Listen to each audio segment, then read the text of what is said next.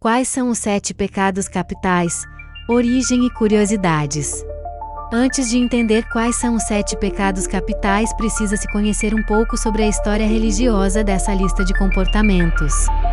Em primeiro lugar, para entender quais são os 7 pecados capitais, precisa-se conhecer a origem desse conceito. Nesse sentido, a lista surgiu por meio de Mande grego Evagrius Ponticus no século IV. A princípio, Mande seguia uma vida que abolia os prazeres mundanos e as tentações. Sendo assim, era um asceta que se dedicava a disciplinar corpo e mente, assim como ao trabalho espiritual. Desse modo, ele escreveu o livro Origens Sagradas de Coisas Profundas, onde listou as tentações que corrompiam as pessoas. Além disso, defendeu fortemente a resistência a esses erros para que as pessoas encontrassem a iluminação espiritual.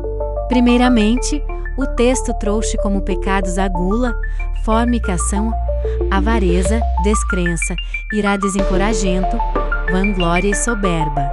Entretanto, ano de 590, o Papa Gregório implementou a própria lista de pecados.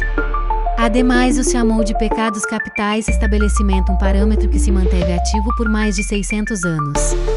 Dessa forma, a lista do Papa Gregório formou a descrição e o desencorajamento no pecado da preguiça, mas ainda excluiu o conceito como fornicação e determinou a soberba como junção da vanglória e somava. Por fim, em 1273, a Suma Teológica de São Tomás de Aquino revisou os pecados anteriores e os classificou na lista dos atuais 7 pecados capitais. Curiosamente, outros pensadores aprenderam quais são os 7 pecados capitais e desenvolveram ainda mais o conceito.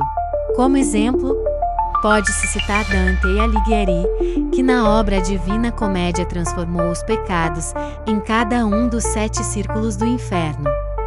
Além disso, disse que existe 7 virtudes em oposição aos pecados capitais. Contudo, as 7 direções de capitais somente surgiram a partir da Idade Média, com ampla difusão na Europa. Em adição, surgiram em decorrência de um poema épico escrito pelo poeta cristão Aurélio Clemente Prudêncio no século IV.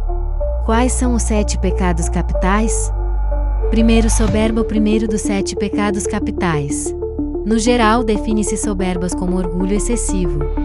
Ou seja, se trata da tendência de se considerar melhor e se superior a todas as outras pessoas.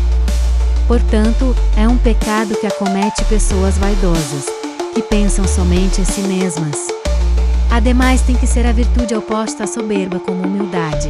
Curiosamente, os católicos entendem a soberba como o principal pecado capital, ou a raiz de todos os pecados. Nesse sentido, a principal associação com esse pecado parte de Adão e Eva, porque ambos buscaram se tornar independentes de Deus. Segundo, a avareza. Em contrapartida, a avareza diz respeito ao apego excessivo, aos bens materiais e ao dinheiro. Portanto, diz-se que seu sinônimo é a ganância, enquanto seu antônimo é a virtude da generosidade. Além disso, quem é avarento não sabe dividir o que tem, sendo também egoísta. Terceiro, inveja, o pecado capital mais famoso do mundo. A princípio, defina-se esse pecado capital como a tristeza que decorre do bem-estar de outra pessoa. Portanto, o invejoso tende a sentir incômodo porque outras pessoas têm grandes conquistas. Desse modo, seu oposto é justamente a caridade, o desapengo e a generosidade. No geral, há diversas passagens na Bíblia Sagrada sobre esse pecado capital. 4. Ira. Basicamente, a ira, raiva ou fúria consiste no pecado capital relacionado às manifestações intensas de indignação ou incomodo. Desse modo, há ainda ataques físicos ou verbais relacionados à fonte da ira. Porém, seu oposto é justamente a paciência. Ambos são tratados na Bíblia como um desvio da natureza humana. 5. Luxúria, o pecado capital dos desejos sexuais. Em resumo, a luxúria diz respeito ao abuso do sexo, a busca excessiva do prazer sexual. Portanto, seu oposto é a castidade e, além disso, costuma-se tratar desse pecado capital como uma próxima ao adultério e à fornicação. Sendo assim, tem conexão direta com a natureza carnal e materialista, com tratamento severo na Bíblia. 6. Gula. Sobretudo, o pecado capital da gula refere-se ao desejo de comer e beber de maneira exagerada. Ou seja, ultrapassando as necessidades do corpo e buscando os excessos. Além disso, estima-se que esse pecado tenha relação com a falta de controle, cuidado com o próprio corpo. Sendo assim, o oposto é a moderação. Apesar disso, a principal questão a respeito da gula diz respeito ao destrato com o corpo, porque se entende o mesmo como um templo de Deus.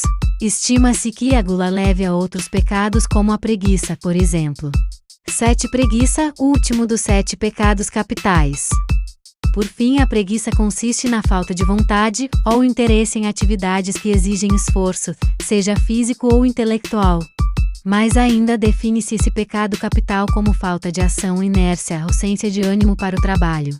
Portanto, seu oposto consiste justamente na força de vontade, no esforço e na ação. Sobretudo, a preguiça simboliza a recusa do dever diário do trabalho, ou seja, da busca do pão de cada dia. Entretanto, ainda aponta a falta de virtude e a busca da retribuição.